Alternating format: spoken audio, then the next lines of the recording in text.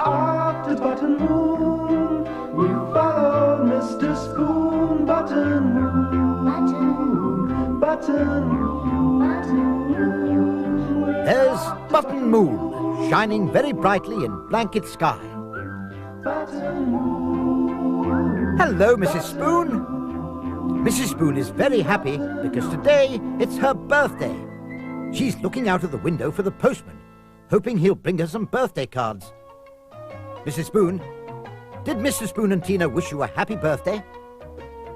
Oh, Mr. Spoon and Tina must have forgotten that it's Mrs. Spoon's birthday today. Hello, Mr. Spoon. Hello, Tina Teaspoon. Mr. Spoon and Tina are going on a journey to Button Moon in the spaceship. Mrs. Spoon has come outside to wave goodbye to them. And they haven't wished her a happy birthday. They must have forgotten all about it. Mr. Spoon and Tina are saying goodbye to Mrs. Spoon. They want to get off to Button Moon as soon as they can and have some fun. Well, they're going to Button Moon without Mrs. Spoon.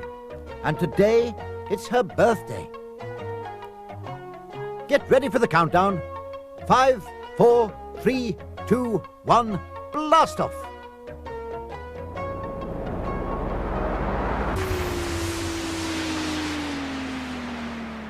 Oh, the spaceship hasn't taken off. Perhaps something's wrong with it. Tina's wishing her mum a happy birthday. And Mr. Spoon's wishing Mrs. Spoon a happy birthday. They were pretending to forget her birthday. Tina wants Mrs. Spoon to climb into the spaceship because they want Mrs. Spoon to come to Button Moon with them. Mrs. Spoon is so happy, the spaceship is full of birthday cards. Tina's drawn a picture of a cat on hers because Mrs. Spoon likes cats. And there's a present from Mr. Spoon and Tina. Mrs. Spoon wants to undo the parcel, and Mr. Spoon wants to start the spaceship. Let's get ready for the countdown and see if Mrs. Spoon can undo the parcel before the spaceship takes off. Are you ready, Mrs. Spoon? Right. Go. 5, 4, 3, 2, 1, blast off! The spaceship is on its way to Button Moon, and Mrs. Spoon hasn't undone the parcel. The knots are too tight. Tina tied the knots.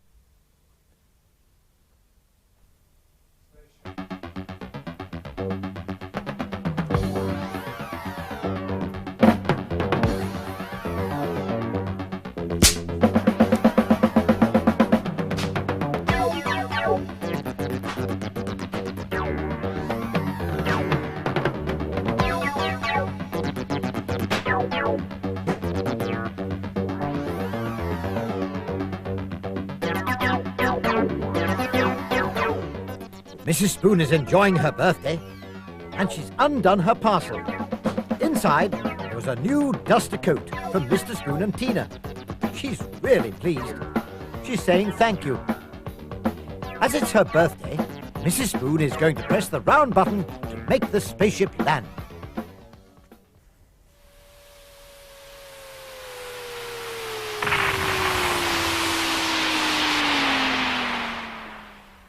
They've landed on Button Moon. I wonder what we're going to see today on Mrs. Spoon's birthday. It's turned a bit cold on Button Moon. Mrs. Spoon's pleased she's put on her new coat. That sounds like vacuum cleaner. It is. He's got a party hat on. They're very pleased to see him. Vacuum cleaner's given Mrs. Spoon a birthday card. It's got a picture of a cat on it, because he knows Mrs. Spoon likes cards with cats on them. Mrs. Spoon is laughing because it's another card with a picture of a cat on it. Oh, vacuum cleaner. He's laughed so much, he's sucked up the card that he's just given Mrs. Spoon for her birthday. So, he's going to sing happy birthday to her instead.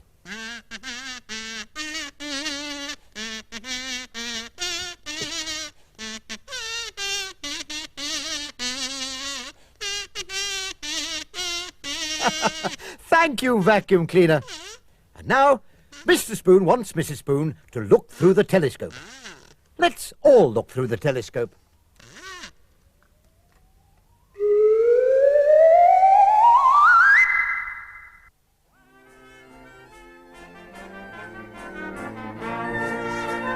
There's a bandstand.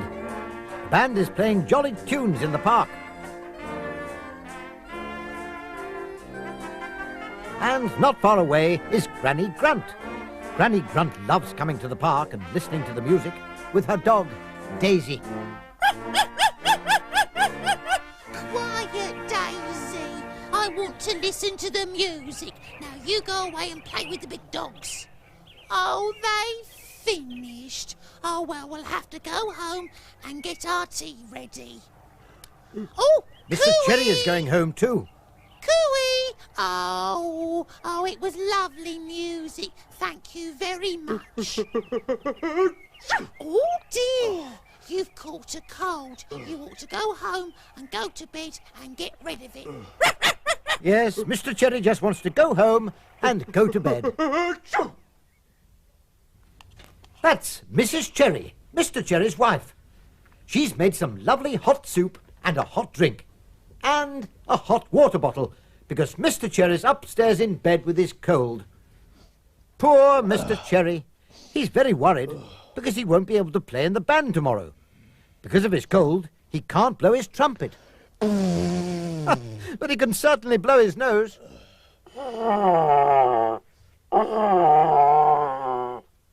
Mr. Cherry can hear some very funny noises coming from the kitchen. He wonders if Mrs. Cherry has also caught his cold. No, Mrs. Cherry is trying to play the trumpet because Mr. Cherry won't be well enough to play in the band tomorrow.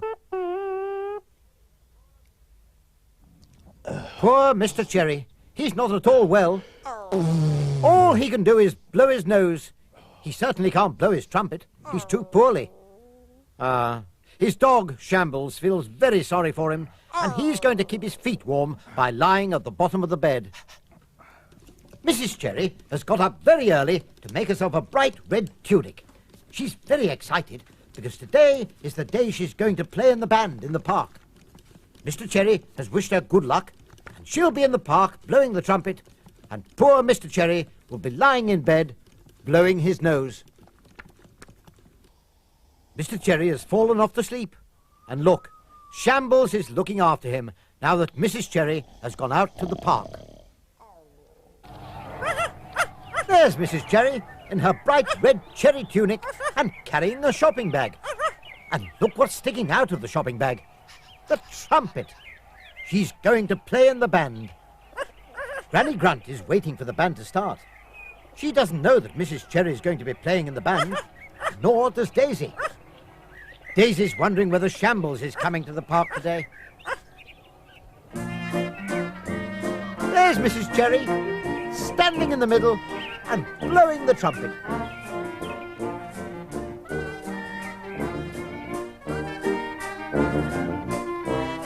And there's Mr. Cherry. He's feeling a lot better. He's come along to hear Mrs. Cherry playing in the band. And so has Shambles. Oh, isn't she good? She can certainly blow that trumpet. Mr. Cherry didn't know that Mrs. Cherry could play the trumpet so well. Now they'll both be able to play in the band. Both blowing their own trumpets and not their noses.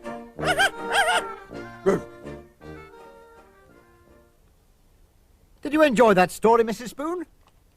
Well, you've had a lovely birthday, but now it's time to go back home before it gets much colder. Goodbye, vacuum cleaner. Let's get ready for the countdown. 5, 4, 3, 2, 1, blast off!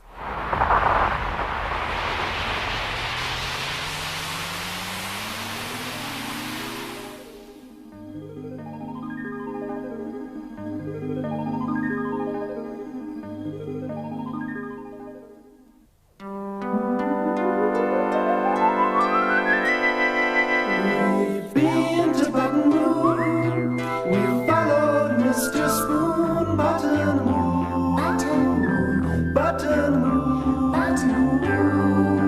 Vanilla, Egbert's mum, has made a birthday cake for Mrs. Spoon. Mrs. Spoon has had a day full of surprises.